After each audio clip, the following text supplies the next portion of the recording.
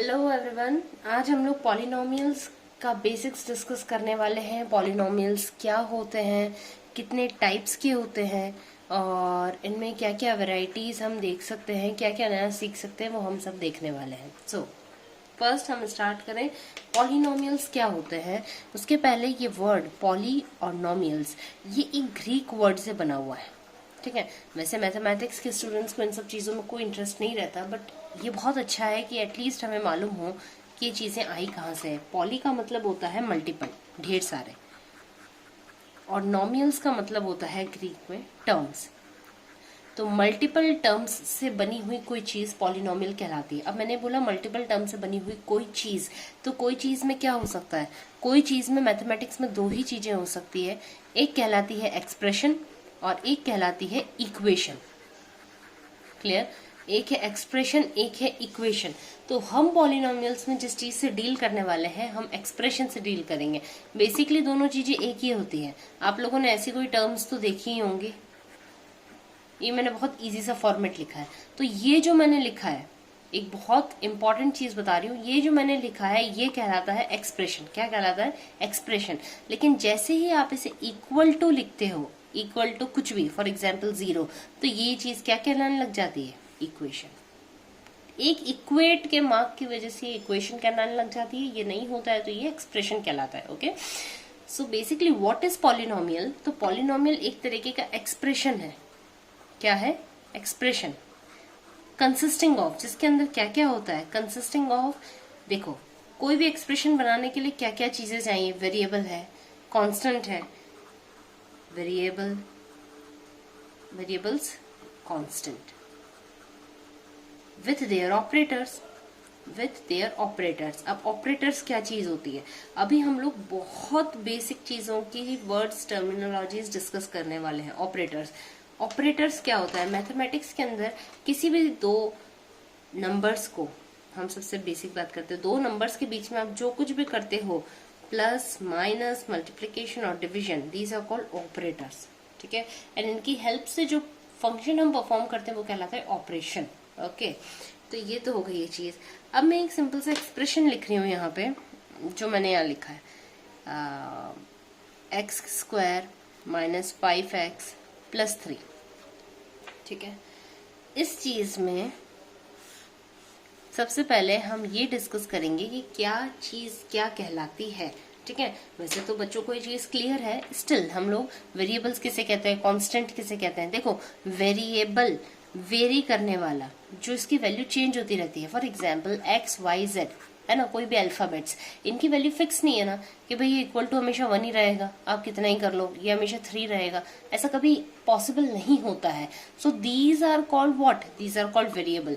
X is called variable, ये X is called variable. ठीक है, अगर बाय चांस यहाँ y होता तो वो भी वेरिएबल कहलाता। तो दीज आर कॉल्ड वेरिएबल्स। अब जो नंबर होता है, नंबर, अकेला नंबर बिना किसी वेरिएबल के साथ में, मैंने कहा अकेला नंबर, लोन नंबर, वो कहलाता है क्या? कांस्टेंट। कांस्टेंट जिसकी वैल्यू हमेशा फिक्स रहती है, वो कहलाता है क्या? ये नंबर। ओके, अब एक दो चीजें और है जिसको कहते हैं कोएफिशिएंट्स। क्या कहते हैं? कोएफिशिएंट्स। कोएफिशिएंट्स का क्या मतलब होता है? देखो, मैंने अभी क्या बोला था? अकेला नंबर, अकेला नंबर कांस्टेंट कहलाता है, लेकिन ऐसा तो है नहीं ना। एक्सप्रेशन के अंदर वो नंबर भी होंगे जो किसी वेरिएबल के साथ में चिपके हुए हैं, तो इन्हें जो है हम क्या कहते हैं? इन्हें कहते हैं हम कोएफिशिएंट्स। ओके, लेकिन जब भी हम किसी कोएफिशिएंट को मेंशन करते हैं ना, उसके साथ हमें उसका ऑपरेटर लगाना पड़ता है, ये बहुत नेसेसरी है। क्लियर है? अब नेक्स्ट चीज जो हमें सीखनी है, जो हम ऑलरेडी यहाँ खैर देख चुके हैं, वो है ऑपरेटर। यहाँ ऑपरेटर कौन कौन से हैं? यहाँ ऑपरेटर मुझे एक दिख रहा है माइनस, एक दिख रहा है मुझे प्लस। ओके, तो हमने यहाँ पे 4 नई चीजें सीखी हैं।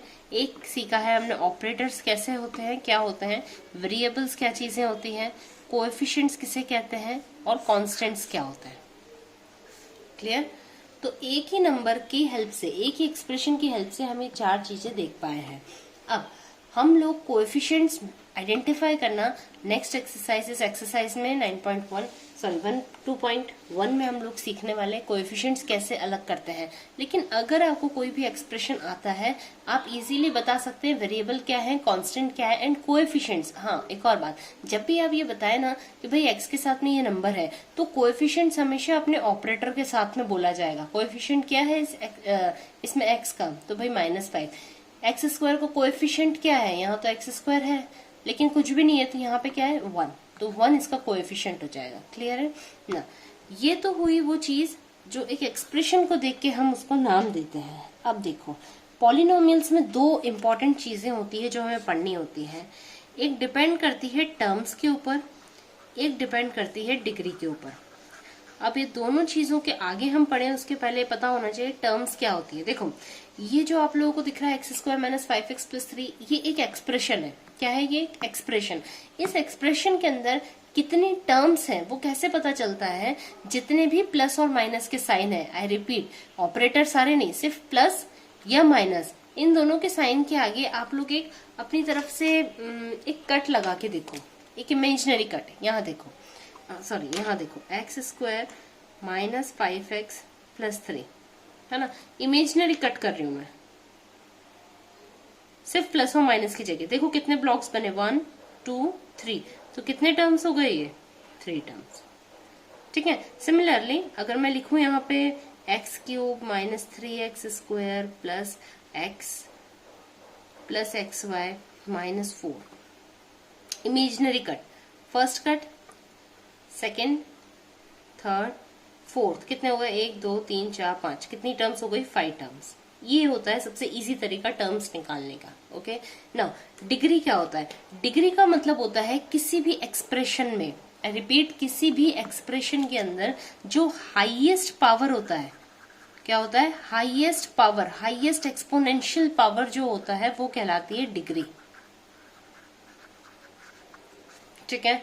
यहाँ तक अभी हमने बहुत इजी चीजें सीखी। पॉलिनोमियल ये वर्ड कहाँ से आया है, उसके बाद इसका डेफिनेशन हमने देखा, इसमें हमें क्या इंपॉर्टेंट चीजें देखनी है, एक एक्सप्रेशन और इक्वेशन में डिफरेंस क्या है, एक्सप्रेशन के अंदर हमने क्या क्या चीजों के नाम हम सीख सकते हैं।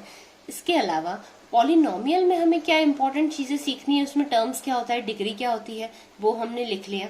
क्लियर है। अब हम लोग बात करते हैं टर्म्स के ऊपर। देखो, जो टर्म्स होती है ना, टर्म्स, कितनी टर्म्स हैं, जैसे कि कहने के लिए तो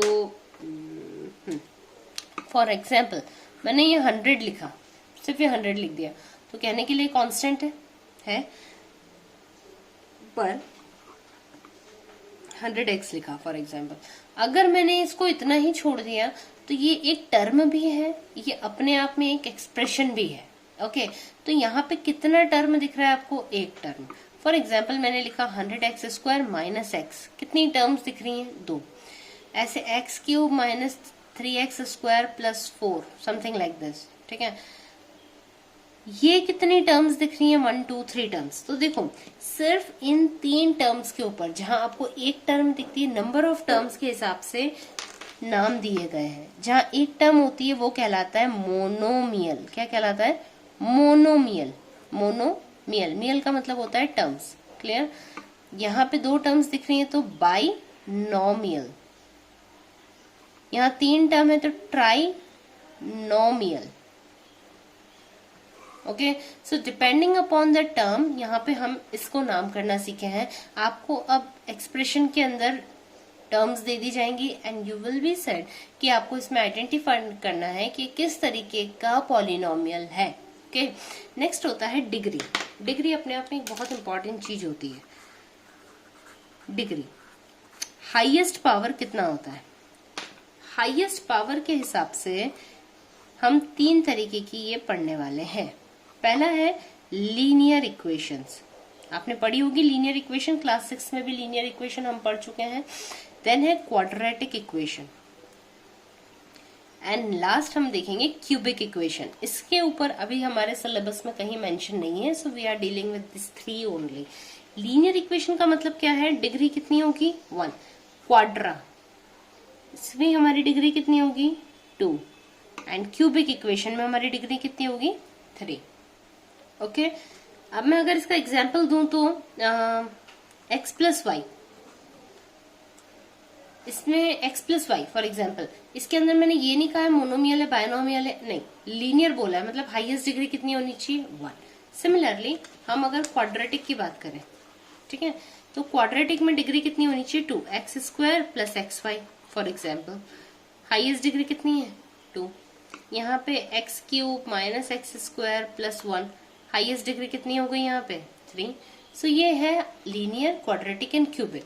अगर आपको ये चीजें समझ में आई होगी तो आई होप आप इसके बाद वाली एक्सरसाइज क्लास 9th की आप बहुत इजीली कर सकते हैं। लेकिन ये पॉलिनोमियल का ओवरऑल बेसिक्स है, ओके। इसकी डेफिनेशन, इसके बेसिक टर्मिनोलॉजीज और इसके टाइप्स जो हमें डिग्री और टर्म को देख के देखने हैं, ओके। एंड लास्ट चीज जो इसमें होती है वो होती है जीरोज। जीरोज, अगर आपसे किसी पॉलिनोमियल का जीरो रखने के लिए कहा है, इसको मैं डिटेल में आपको नेक्स्ट वीडियोस में कवर अप करूंगी, बट अगर आपको कभी किसी भी पॉलिनोमियल का जीरो निकालने के लिए कहा है तो एक सिंपल का सा लॉजिक है, एक्सप्रेशन को इक्वेशन में चेंज कर दो। और वो कैसे होगा, एक्सप्रेशन को इक्वल्स टू जीरो लिख दो बस, और उसके बाद जो भी वेरिएबल है उस वेरिएबल की वैल्यू निकाल लो। क्लियर?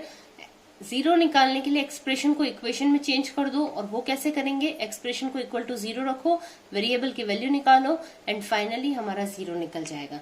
जीरो का मतलब वो नंबर होता है, अ नंबर जो कि सेटिस्फाई करता है, सेटिस्फाइंग एक्सप्रेशन, एक्सप्रेशन को सेटिस्फाई करने वाला मतलब अगर आप एक्सप्रेशन के अंदर उस वेरिएबल की जगह उस नंबर को रखते हो तो उस कंडीशन में वो आंसर या तो जीरो हो जाएगा या जो भी रिक्वायर्ड आंसर जरूरत है equals to RHS equals to LHS हो जाएगा। क्लियर?